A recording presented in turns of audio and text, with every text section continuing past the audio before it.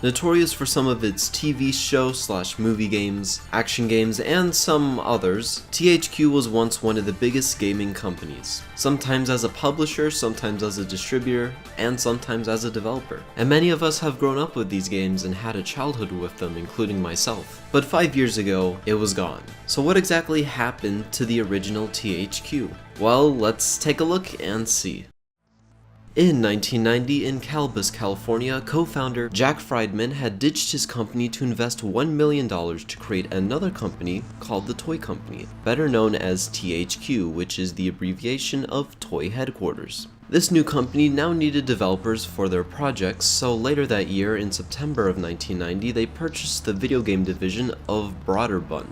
THQ's first game would become Peter Pan and the Pirates, which released on January of 1991. Following that, THQ would release other games that are movie/TV based, like Home Alone. They would also purchase the Trinity Acquisition Corporation, swapping $33 million worth of shares, making THQ own 51.7% of Trinity. Jack Friedman became the CEO, and THQ would purchase another developer in 1993 named Black Pearl Software. The company eventually decided it would be better to focus on video games than toys. In a surprise twist, Jack Friedman would step down from THQ in 1995 and make another company called JAKKS Pacific.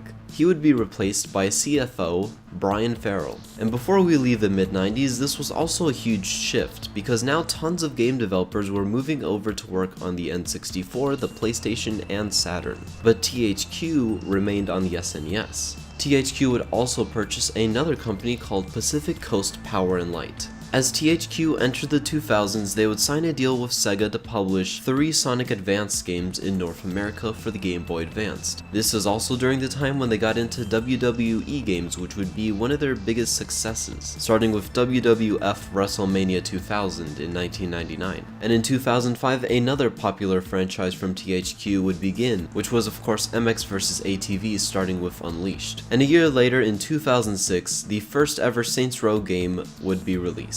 But of course, THQ's most popular style of games was the ones that were based off of shows and movies. So yeah, get ready for the lightning round, because I can't name all of these games because this video would be so long. So I'm gonna name them all extremely quickly. And also, get ready to have a little bit of nostalgia for those that were growing up in the 2000s with these games. Alright, 3, 2, 1. 3 Incredibles games, 3 Finding Nemo games, 4 Fairly Odd Parents games, 2 Jimmy Neutron games, 2 Drake and Josh games, 3 Avatar games, Zoe 101, WALL-E, Up, Mega Man, Monster House, Monsters Inc., 2 Ratatouille games, Teen Titans, Scooby-Doo, 2 Penguins and Madagascar games, 2 Day of Phantom games, 4 Car games, 5 Nicktoons games, 7 Rugrat games, 20 fucking SpongeBob games. And how worth it was it to be a part of these games for THQ? Extremely. THQ was so big that they were comparable to a titan like Activision, having over $1 billion in revenue, and everything seemed great.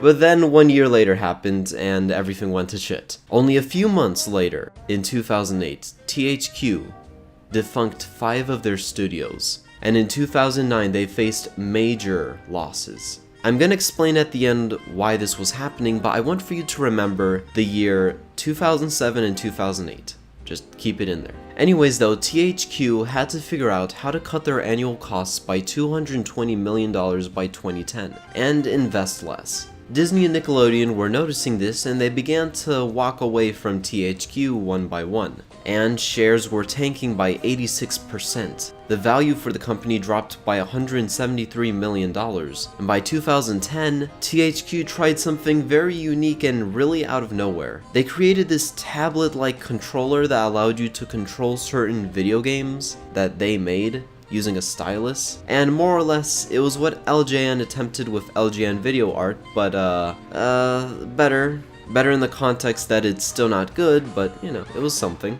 It was called UDraw, and it costed THQ over $100 million to make. Nice job saving that money, THQ. That was a good idea. This tablet controller would only work with games, of course, that were made for UDraw, and long story short, but this did horrible. It only took a portion of years for THQ to kill UDraw, and eventually stop their licenses for kids games and focus more on games that would be more, as they consider, quality, like Saints Row, Darksiders, and Company of Heroes. Franchises like MX vs ATV were also killed in the process. That year, they lost $136 million, and in 2012, their biggest fears would come true, as unfortunately, they had to hand over their licensing rights to EA for wrestling games. And during this time, EA was THQ's biggest nightmare and worst enemy, especially in the wrestling game industry. THQ tried to make some money by starting their own Humble Bundle, where you could purchase a bunch of their games together, but it had no luck, as it only sold 800,000 bundles, which equaled $5 million. And on December 19th of 2012, THQ would declare Chapter 11 bankruptcy after the Humble Bundle's failure, and their revealing loss of $239 million, which was $100 million more than the previous year. At this point, employees were being laid off, and THQ would sell all of their remaining IPs like Homeworld, Red Faction, and Darksiders. THQ shut down Nexia servers, and other competitors like Activision would pick up their Nickelodeon license for a brief time. Liquidation would complete by 2013, and THQ was no more.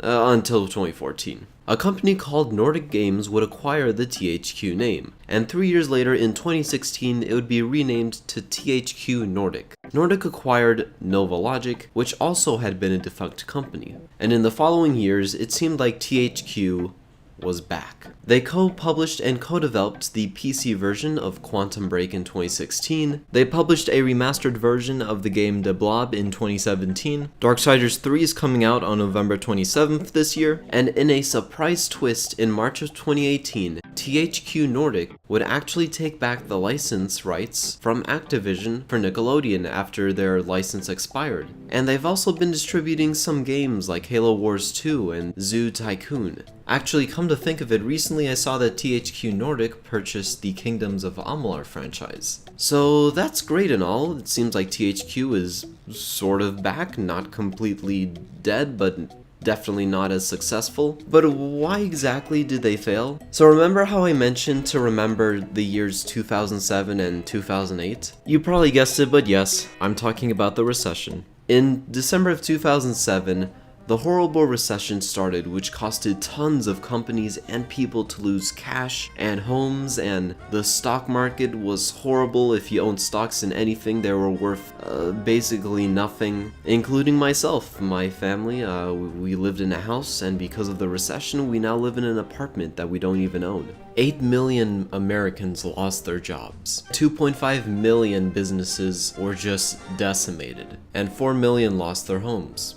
And THQ just happened to be one of the companies that was affected. Other than that, video game movies were on their way out, and people weren't really buying them. And because THQ was pouring tons of money into these projects and not really getting a return, they, were losing money. And they just dried out their bank, basically. But Nordic brought THQ back in a new way. Now the fate and future of THQ is in Nordic's hands. So far things look like they're going in a good way. And THQ Nordic is going to start releasing some remasters, so that's always good to hear. Although THQ may never become the huge gaming company as of right now that we once knew, whether it be a distributor or a publisher, at least they're still floating above the water.